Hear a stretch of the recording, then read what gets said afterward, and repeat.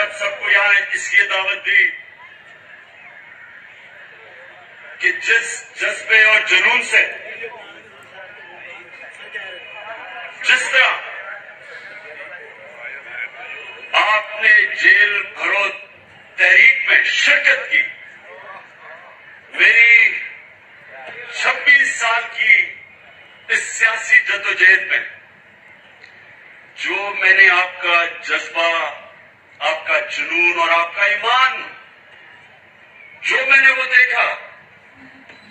तो मैंने अल्लाह का शुक्र अदा किया कि मैं अपने सामने एक हजूम को कौम बनते देख रहा हूं।